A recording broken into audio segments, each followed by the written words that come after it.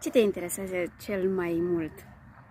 Cuvântul lui Dumnezeu sau toate lucrurile de zi cu zi, informații, știri, filme, tot ce ne prezintă televizorul sau media? Vreau să spun că Iisus Hristos este adevărul, este calea, este viața. Cu adevărat merită să investim viața noastră în lucrurile duhovnicești. Cât de mult te-ai gândit la cuvântul lui Dumnezeu astăzi? Iisus, în Apocalipsa, scrie că este cuvântul lui Dumnezeu. Iisus este viața. Iisus ne dă mântuirea. Sângele lui Iisus Hristos ne protejează, ne iartă și ne vindecă. Oare nu avem nevoie de aceste lucruri zi de zi? Avem nevoie foarte mult de aceste lucruri.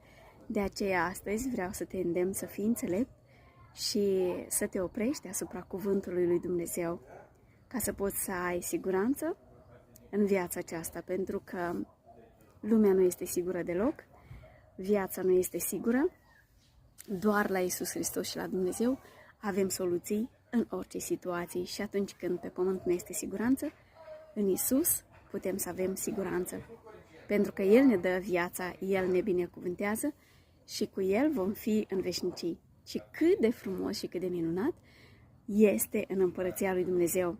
Te invit astăzi să te alături unei biserici vii și adevărate, să studiezi Cuvântul lui Dumnezeu și dacă nu știi cum să faci acest lucru, scrie-ne și suntem Biserica Cuvântului Dumnezeu și suntem la dispoziția ta să te ajutăm să-L cunoști pe Iisus Hristos, Cuvântul Lui și o biserică vie și adevărată prin care te poți mântui.